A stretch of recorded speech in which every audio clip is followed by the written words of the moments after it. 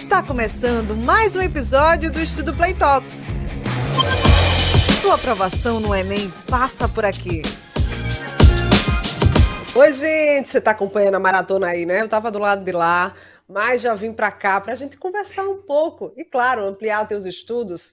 Começa agora o nosso Estudo Play Talks para dar um play nos teus estudos e na tua aprovação. Por falar em estudos, hoje a gente vai trazer exatamente esse tema: estudos, memória e revisões. Por que a gente esquece as coisas tão rápido depois de estudar? Acontece aí?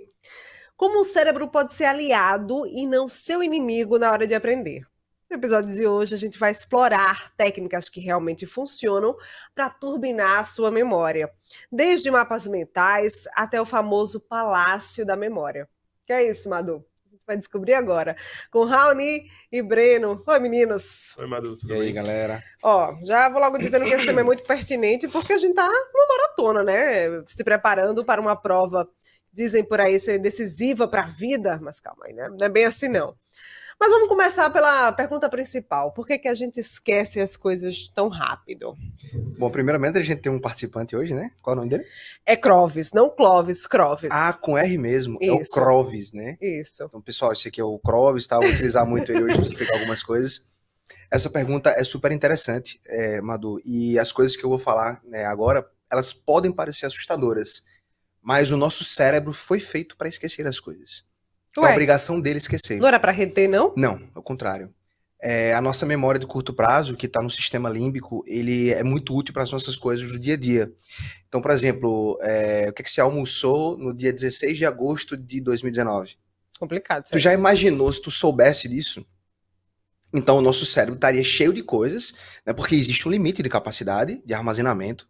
Então, o nosso cérebro iria acabar ficando cheio dessas informações que a gente capta no nosso dia a dia.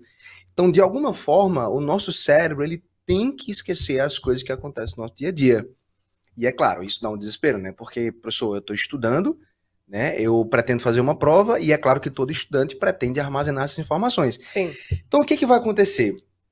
Os pesquisadores da cognição, eles descobriram que duas coisas fazem o nosso cérebro reter informação a longo prazo. A primeira são fortes situações emocionais. Tá?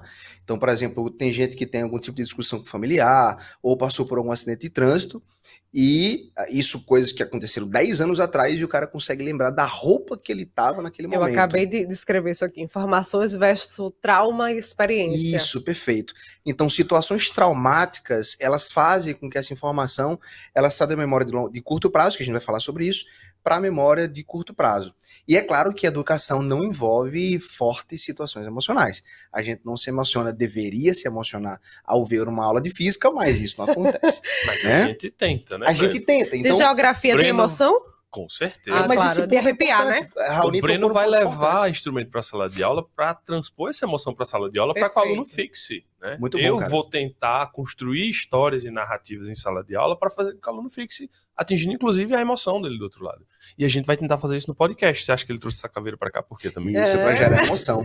Então, muito bem. O papel do professor também está em torno dessa questão emocional. Só que é aí que vem o segredo, né? Já que são duas, a primeira envolve situações emocionais, a segunda, ela é exclusiva do estudante e a gente não tem muito a ver com isso, que são repetições.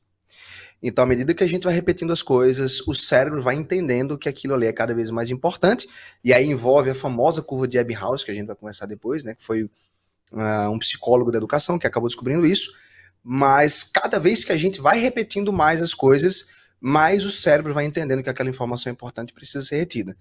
Então, para você que está estudando para o Enem, para você que é um estudante assíduo, que está ali tentando aprender alguma coisa, não tem para onde escapar. Se não for à luz da emoção, e geralmente não o vai ser por vias da repetição. Uma coisa que eu estava pensando agora, não sei se faz muito sentido, mas em algum lugar deve fazer. Quando o aluno está de frente para uma prova, geralmente causa a coisa do branco, né? Uhum. E aí, se você está repetindo tanto informação, repetindo tanto, guardando ela, por que esse branco acontece? Vocês têm essa resposta? Tem. É porque a memória não foi passada para o sistema de longo prazo. Porque o que acontece? Perfeito. A gente tem duas memórias super famosas, né? A memória de curto prazo, que ela serve pra gente lidar com as coisas do dia a dia. Aonde que eu deixei meu celular 5 minutos atrás, aonde que tá a minha garrafinha de água, então são coisas do nosso dia a dia. E essa memória, ela tá num sistema, que é um conjunto de informações do cérebro chamado de sistema límbico, tá? E quando a gente estuda alguma coisa, o cérebro ainda não entende que aquilo é importante e retém na memória de curto prazo. Então você estudou, sei lá, relevo, tá na memória de curto prazo. Quando que essa informação é passada para a memória de longo prazo? No sono.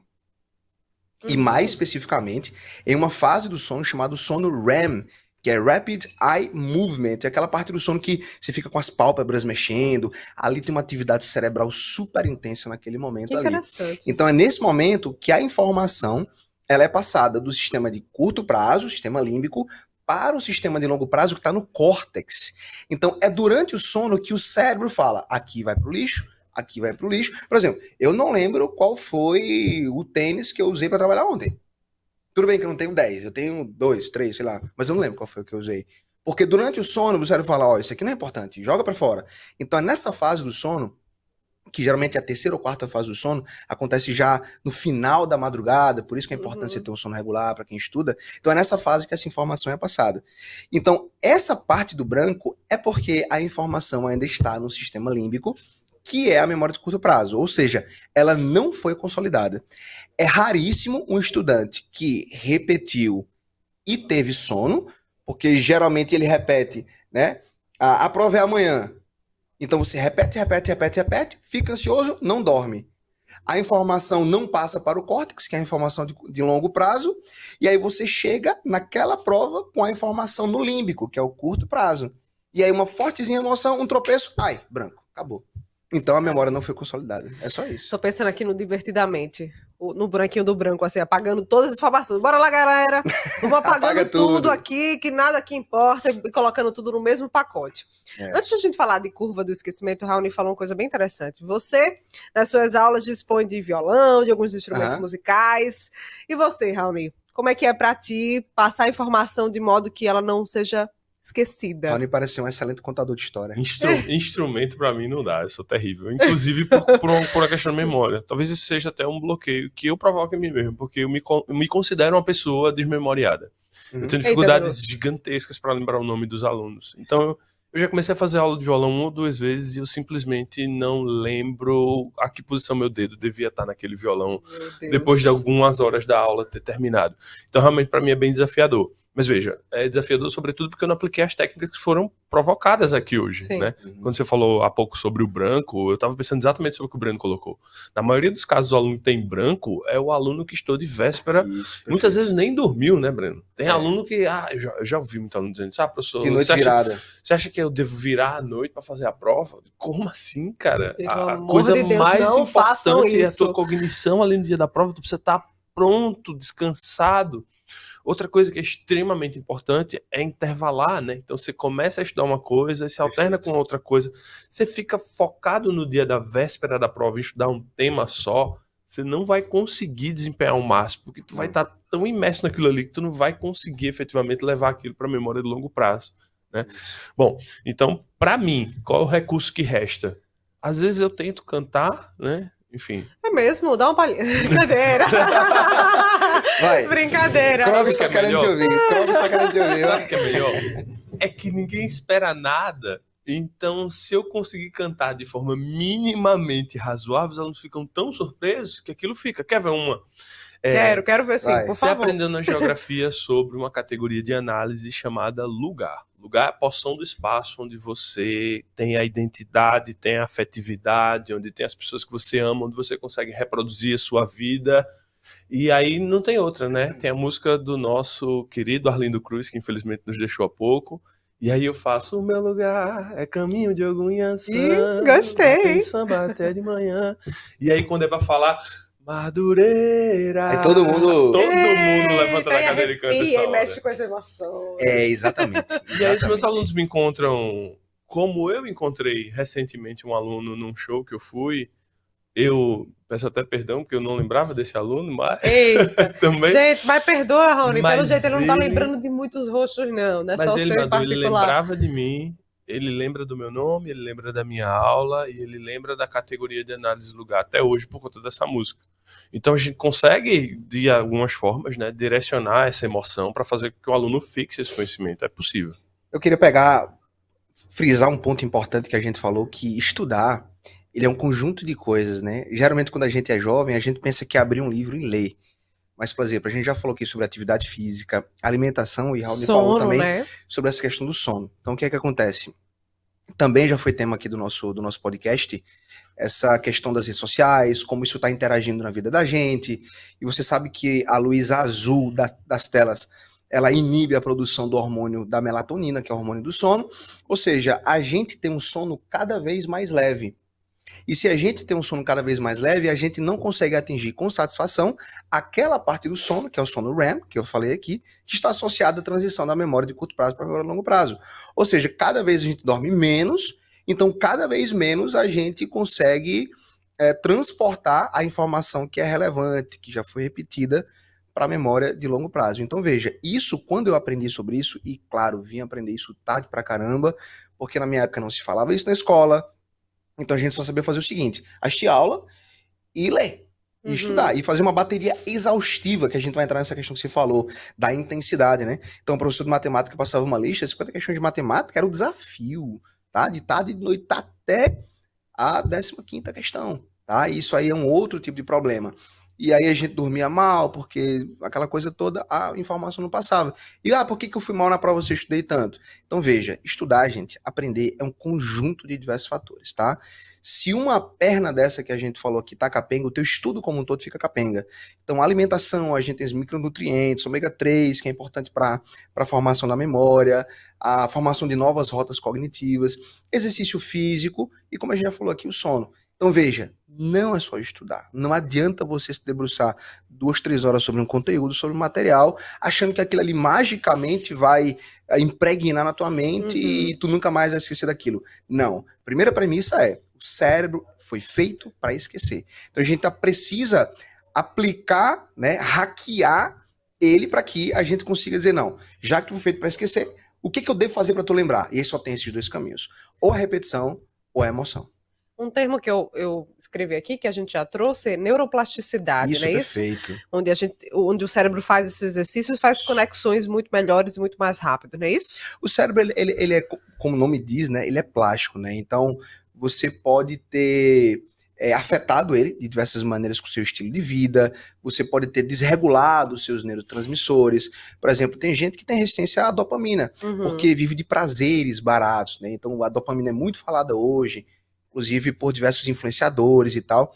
Então, se você tem o seu sistema dopaminérgico desregulado, você não consegue exercer atividades simples do dia a dia. Então, o fato de você se levantar para estudar, você precisa de uma certa carga de dopamina para que você faça aquela atividade ali. Se você está com o seu sistema desregulado, uma simples ação como essa, até lavar uma louça, que é uma coisa do dia a dia, fica difícil. Porque eu sou preguiçoso. Não, o teu sistema dopaminérgico está desregulado. Então, o que acontece?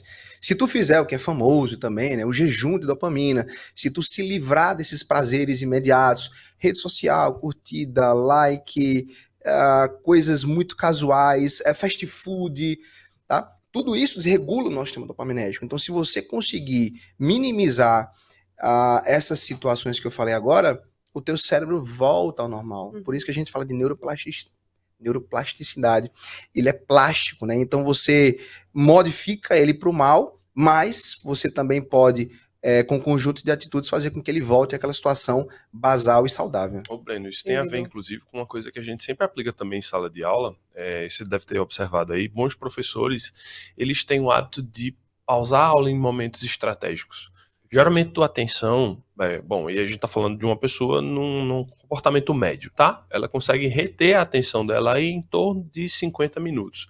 Mas convenhamos, com todos esses estímulos que a gente tem hoje em dia, e a dificuldade que a gente tem em se livrar cada vez mais deles, isso está reduzindo muito, né? Já existem estudos propondo, por exemplo, que a gente deveria dar pausas até maiores, né? Porque essa atenção está retida a cerca de 17 minutos, o que é muito triste e preocupante, porque convenhamos, 17 minutos é muito menos do que a gente precisa para aprender boa parte dos conteúdos que a gente necessita. Com a profundidade que necessita, né? Para fazer uma prova, como, por exemplo, a prova do Enem. Mas a bem da verdade é que, geralmente, quando a gente está em sala de aula, acho que o Breno pode corroborar isso, a gente tem um cuidado de cadenciar a aula de forma a dar pausas estratégicas. Às vezes você acha que o professor está ali segurando a aula um pouco, mas na verdade ele está apenas tentando estruturar a aula para que essa pausa permita você um rápido descanso e uma retomada. Bom, é claro que a gente não está aqui ensinando a professores. Então, do outro lado, o que é que você pode fazer? Você pode utilizar técnicas como, por exemplo, Pomodoro, né? Consiste exatamente nisso. Você estipula o tempo que... E aí é uma observação sua. Se você consegue 50, 60 minutos, ótimo. Se você consegue 17, faz o que é possível. Vai nos 17. Começa com um tempo mais curto, passa depois tenta 17 minutos com atenção realmente focal, ativa, né? Para que você consiga aumentar essa tua neuroplasticidade. Outra coisa fundamental é que você realize um efetivo esforço da atividade da cognição. Então, algumas coisas como, por exemplo, esse hábito que até o Breno falou há pouco, de ler o conteúdo, é óbvio que tem seu valor. Tem um momento que você precisa ler o conteúdo, algo que você não sabe nada.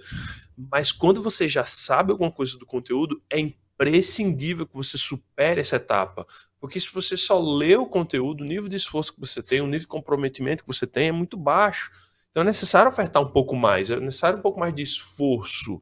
Coisas como, por exemplo, fazer se relembrar ativamente um determinado tema que você estudou. Sem olhar para nada, sem olhar para papel, sem olhar para o caderno. Resgatar no seu cérebro, né, o conteúdo. Isso é fundamental, porque no final das contas, é você ir à prova. E aí você não vai poder contar necessariamente com papel, com anotação, para conseguir fazê-la. Então, é claro, existem as etapas para construir isso através da leitura, através da cópia, mas é necessário que haja também no teu momento de estudo etapas para que você supere, inclusive, esses níveis. Você falou papel, fiquei pensando, na nossa época era papel e caneta, né? Hoje a gente vê todo mundo com tablet, com celular. É mais fácil de esquecer quando você não anota? Ah, boa pergunta. Tem um professor de física, inclusive, que ele foi um dos grandes mestres do ensino de como a gente aprende, o professor Pierluigi Piazzi, escreveu diversos livros sobre aprendizagem, e ele falou categoricamente que não existe aprendizagem sem caneta e papel. Se você está na dúvida entre escrever, né, à mão e você digitar, não tenha mais dúvida.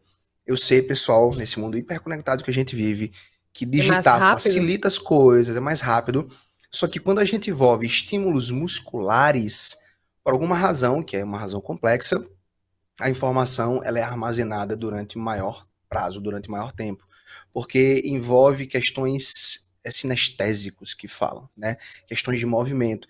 Então isso faz com que o teu corpo inteiro esteja envolvido naquele processo. Então o fato de você desenhar uma letra B, ele envolve certos caminhos cognitivos que fazem com que aquela rota seja mais precisa do que simplesmente você clicar numa tecla. Então isso já está bem determinado também. Ou seja, é um processo mais lento, é um processo, claro, mais demorado ali, mais mecânico, até mais cansativo, mas por outro lado, também é um processo que vai melhorar. E o Raulinho falou uma coisa super importante. Gente, tudo que envolve esforço é melhor para a aprendizagem. Então, por exemplo, uma coisa que é difícil fazer, mas se você assistir uma aula, sei lá, a gente estava falando da faculdade, né, de jornalismo e tal, você assistir uma aula de história da arte, sei lá, e aí você chegar em casa depois daquela aula e tentar colocar no papel tudo que você aprendeu naquela aula, isso gera um esforço que é quase uma dor. Mas como assim? Eu lembro que o professor falou, e aí você fala isso, e aí na era do barroco, aí foi que ele falou do barroco? Ele falou sobre isso, e aí você vai tentando aquilo ali, é uma coisa que chega a doer. Eu já tentei fazer isso, e assim, era uma coisa horrível. Mas esse esforço que você está fazendo, você está forçando a conexão, novas conexões neuronais aconteçam no seu cérebro. Isso a gente chama de novas rotas cognitivas. E aprender, definitivamente, é criar rotas cognitivas. Eu tive um colega na faculdade que a gente tinha um professor que ele era russo e ele estava há pouco tempo no Brasil e ele falava muito embolado e eu me esforçava para copiar a aula dele inteiro, o quadro, e eu tinha um amigo que ia sem caderno, sem lápis, sem nada, cara, para aula. E eu ficava impressionado com aquilo.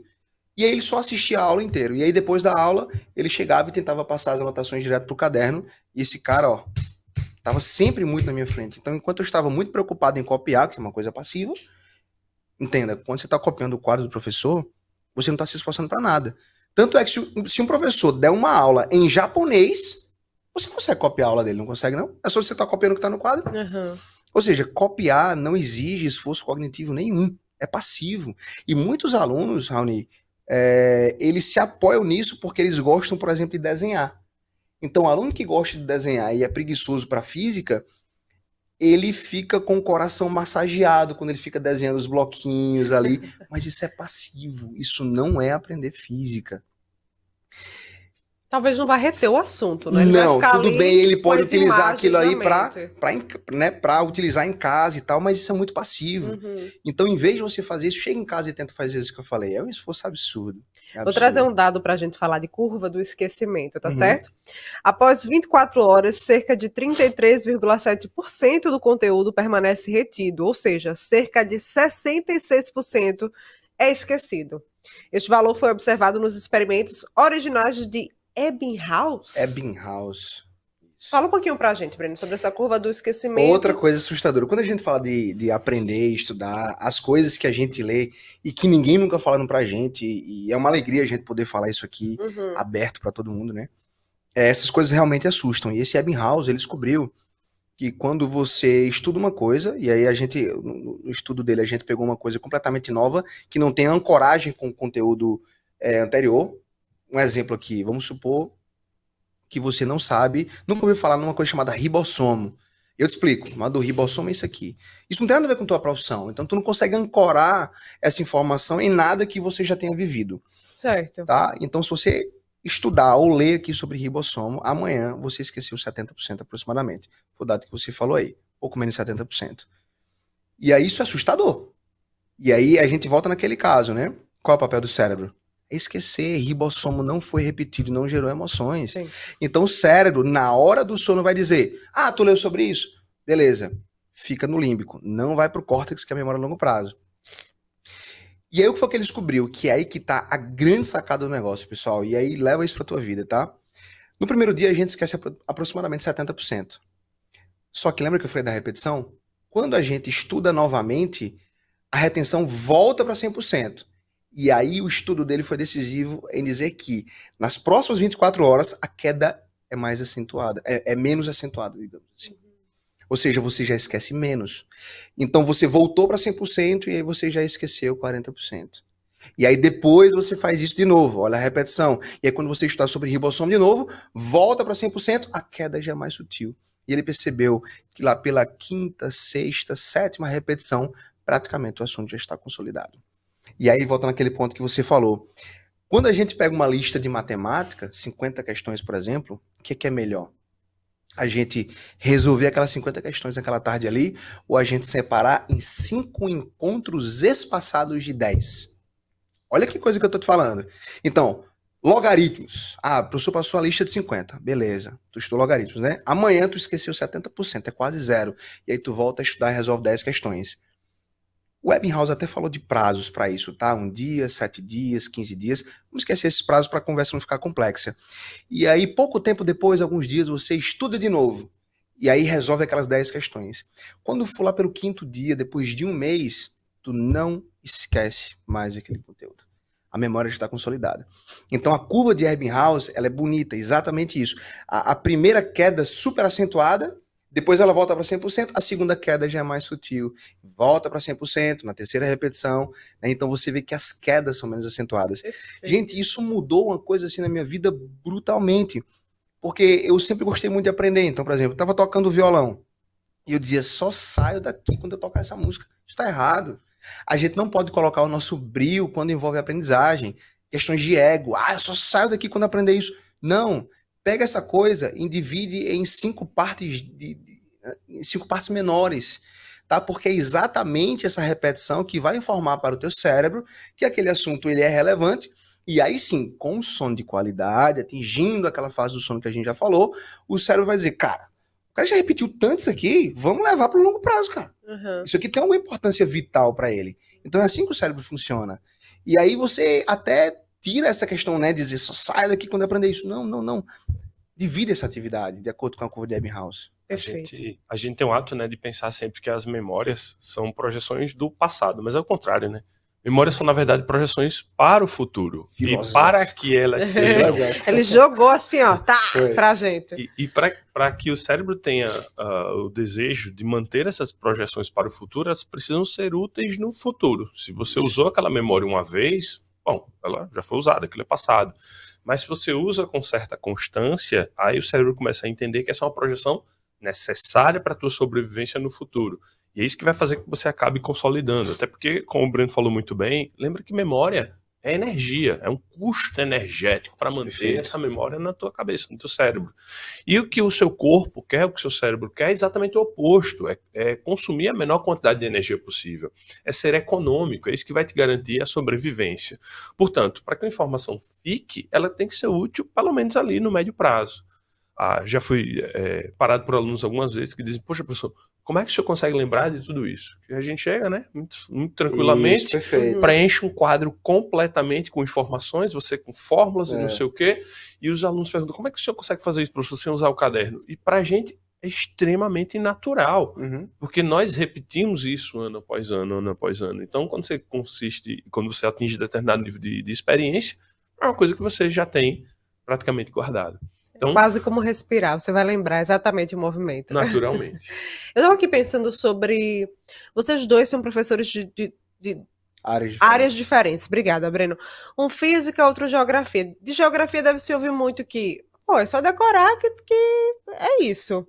Mas, claro que vocês também têm os seus métodos que não só se dão como decoreba. O que é que vocês aplicam e como aplicam para tornar mais fácil para o aluno lembrar? Nossa, esse é um grande desafio, né? Superar nas humanidades essa ideia de que aprender humanidades é ler e decorar o que está escrito. Sim.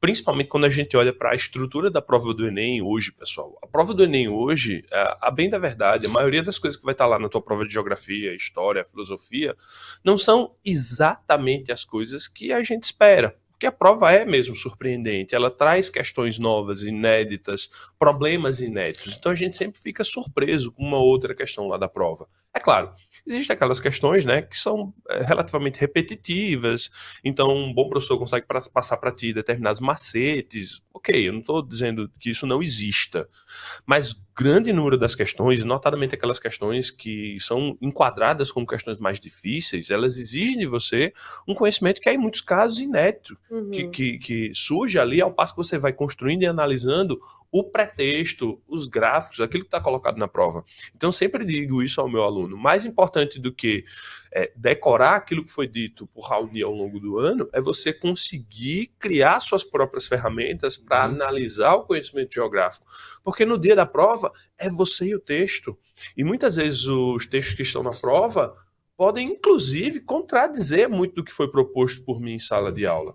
Eu lembro muito bem, no ano de 2017, tecer duras críticas à hidrelétrica de Belo Monte, um empreendimento que causa impactos ambientais à torta e à direito, que tinha problemas socioeconômicos também muito graves associados à instalação. E, no entanto, a prova do Enem é uma prova que é feita pelo governo, pelo Estado. De alguma forma, a questão tende a ser uma questão governista. Foi colocado um texto lá que apontava os benefícios da usina hidrelétrica de Belo Monte. Então, se o aluno trouxe Raoni decorado de cabo a rabo para a prova, ele não vai conseguir resolver essa questão, acabou para ele. Perfeito. Só que ele tem que ser capaz de resolver aquilo ali, porque ali havia um diagrama e um gráfico que poderia ser lido por ele, e ele entendendo que aquilo ali é verdadeiro, ele vai conseguir responder a questão e dizer que a usina de Belo Monte é uma usina altamente eficaz. Ora, gente, não poderia ser diferente, ela está sendo comparada com usinas da década de 70. Se eu comparar um dispositivo eletrônico que foi feito agora em 2014 com um dispositivo da década de 70, ele vai ser parecido? A eficiência vai ser parecida? Não. Então, de forma análoga, uma usina hidrelétrica muito mais recente, ela vai ser muito mais eficiente em várias métricas do que as antigas. Isso não quer dizer, inclusive, que as críticas que eu fiz ao empreendimento deixaram de ser verdadeiras. Mas, de novo, na hora da prova, é você e o pretexto, você e as questões foram propostas. Você precisa ser capaz de encarar esse novo com um ferramental que um bom professor te passa, que é essa capacidade crítica de analisar as situações. Isso que eu acho que é a capacidade mais importante, especialmente quando a gente vai para Enem, né? Antigamente, nos vestibulares, tinha muito essa lógica de macete, de decorar uma coisa ou outra. E a famosa bisurada, hein? Nossa, o bizu. Nossa, passava as questões todas demais, na prévia, muitas vezes à noite. Contradizendo tudo que a gente colocou aqui hoje. Como é que era? Os viradores da noite que tinha, né? Era uma coisa assim. Madu, muito feliz com essa pergunta, Raoni, e tudo isso que tu falou, ele tem um nome, sabia? Na teoria cognitiva chamado de ancoragem. Então, um aluno, ele escuta alguma coisa do professor e ele busca, e aí tá uma questão ativa, ele busca algo para ancorar essa informação que ele recebeu. Então, por exemplo, a gente tá falando lá, você falou da minha área, segunda lei de Newton, famosíssima, força resultante igual a massa vezes aceleração. Tudo bem. E aí o professor dá um exemplo no quadro, e um aluno uma vez chegou para mim e disse, professor, é por isso que é mais fácil empurrar uma bicicleta do que um caminhão, né? Porque quando a força é a mesma, massa e aceleração são inversamente proporcionais.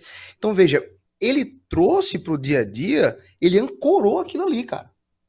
Veja, isso foi dele, foi ativo. Então, aquele aluno que assistiu a aula ali ativamente e que está buscando informações. Ano passado, eu tive uma das melhores exemplos do que é ancoragem de conhecimento e, para mim, do que é inteligência. Eu estava falando sobre cor e o aluno chegou para mim e perguntou, professor, qual é a temperatura da cor? Eu falei, cor não tem temperatura, cara. Eu disse, não, mas o preto não esquenta muito.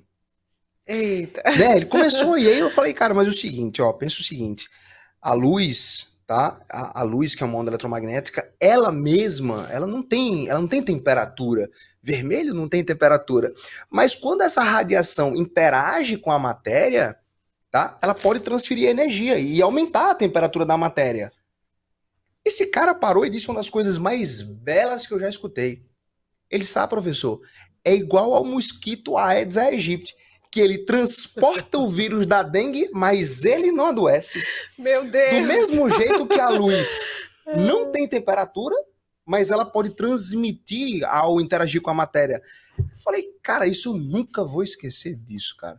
Esse é o melhor exemplo que a gente pode ter de ancoragem. Então, o cara assistiu a aula e ele ancorou aquilo ali em uma outra coisa. Não interessa o que foi, mas ele Cada ancorou. um tem seus métodos, né? Eu tô de olho aqui no chat, vocês devem estar me vendo com o celular na mão aí, porque a Júlia Stoffel digitou assim, eu gravo vídeos e fico revendo eles, funciona super bem. Ah, massa. Para alguns funciona, né? É aquele negócio da repetição, né? Que a gente falou. Vamos fazer bem rapidinho a diferença entre mapas mentais e os mapas que a gente está acostumado. Conta pra gente qual a diferença e como é que utiliza mapas mentais na hora de estudar. Bom, acho que mapas tradicionais todos nós conhecemos, né? O mapa como mapa mundo que distribui os países no espaço. Mas existe também uma coisa que pode ser muito útil no desenvolvimento de tuas técnicas de estudo, que são os mapas mentais, né?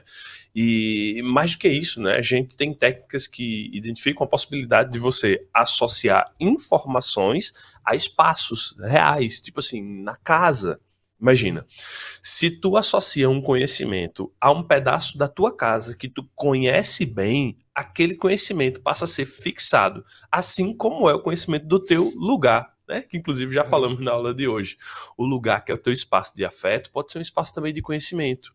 Não à toa, muitos alunos, Madu, adoram aqueles papeizinhos, como é que chama? Flashcards. Post-it. Post-it, Post-it né? coloridos, espalha pela casa toda, né? colocando post-it pela casa inteira, né? Bom, não sei se os pais vão gostar muito dessa, não. Plastifica e coloca no banheiro. Mas pode ser interessante. Cara, eu já fui na casa de uma amiga, é uma informação bem, bem interessante. Eu fui lá ao banheiro, né? Faço uma necessidade. Quando eu olho pra parede, tá um monte de fórmula de física, assim. Aí logo de física, Aí que eu beleza. saí, assim, disse, que isso? Ela disse, tá em toda parte. Se você olhar pro teto, tem no teto, tem perto do Física, né? chuveiro, tem não sei onde. Porque eu tô ali, ó, lavando o cabelo e eu tô rememorando até entrar de algum jeito na minha cabeça.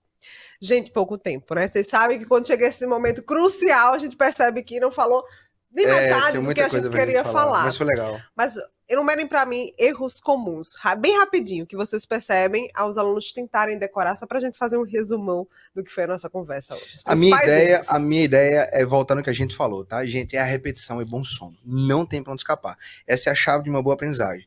Então, repete espaçadamente, tá? Dando um tempo para você consolidar essa memória e durma bem, atinja aquele sono profundo, restaurador, que eu tenho certeza que isso vai mudar a tua vida.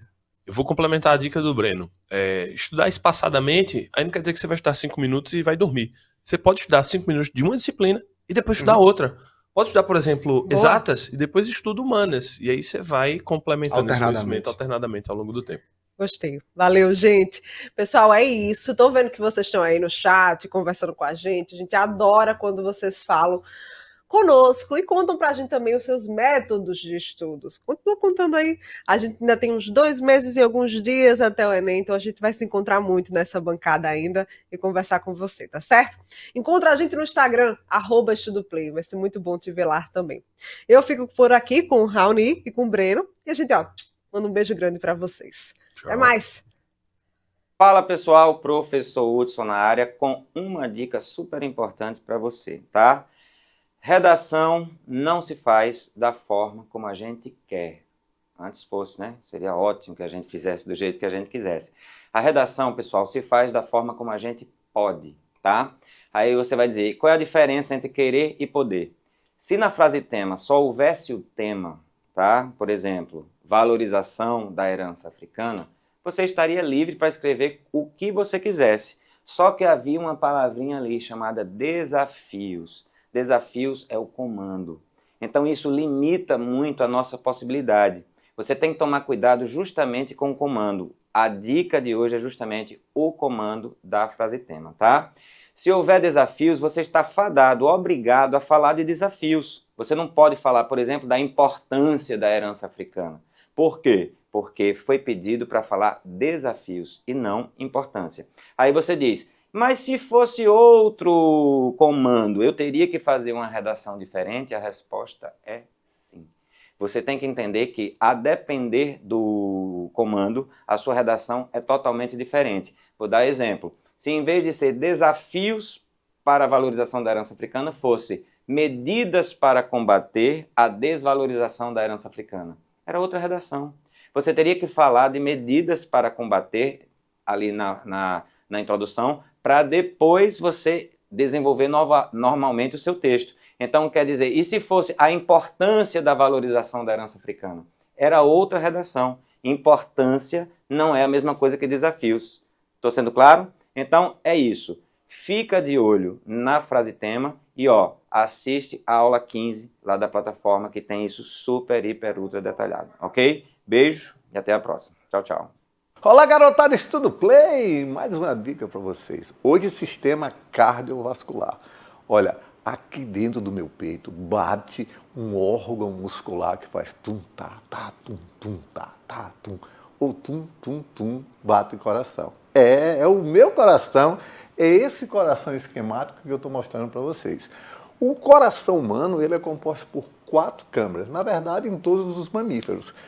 Na parte superior eu tenho átrios direito, esquerdo, ventrículo direito, ventrículo esquerdo. No coração chegam 2 vasos pelo lado direito e 4 pelo lado esquerdo, ou seja, 4 com 2, 6. Tudo que chega ao coração eu chamo veia. Tudo que sai do coração eu chamo artéria. A artéria aorta, a maior artéria do nosso corpo, e a artéria pulmonar, que vai se dividir em 2, já que nós temos 2 pulmões. Lembrar que a artéria pulmonar, ela transporta sangue venoso e que as veias pulmonares transportam sangue arterial. No mais, é só você estudar essa pequena circulação e no dia do Enem fazer uma super prova e garantir sua aprovação. Um grandíssimo salve a vocês aqui que acompanham a nossa Maratona Estudo Play. Meu nome, você sabe, eu deveria, né? Meu nome é José Mantovani, sou professor da disciplina de Sociologia e estou passando aqui rapidinho para te dar uma dica, tipo uma pílula de café. Vem cá, os conceitos que estão sendo trabalhados na Sociologia, eles têm com toda certeza uma grande potencialidade de ser utilizados na redação. E hoje a minha dica está em cima do conceito de cidadania. Quer ver? Olha esse conceito e olha essa denominação teórica de um cara chamado Norberto Bobbio, um jurista da sociologia jurídica, na verdade, italiano. Cidadania, todo mundo conhece a palavra, mas o que será que é o sentido disso? E eu te digo agora, cidadania é um status. Sim, é uma posição que a gente galgou na história através de lutas. E a definição de Norberto Bobbio é maravilhosa. Cidadania é um status social adquirido a partir e através de lutas sociais. Então, se você entendeu a importância desse conceito, fica com a gente aqui do Estudo Play e se liga. Cidadania também é um conceito importante para a sua redação. Boa formação aqui do Estudo Play, desejando a você uma ótima prova no futuro.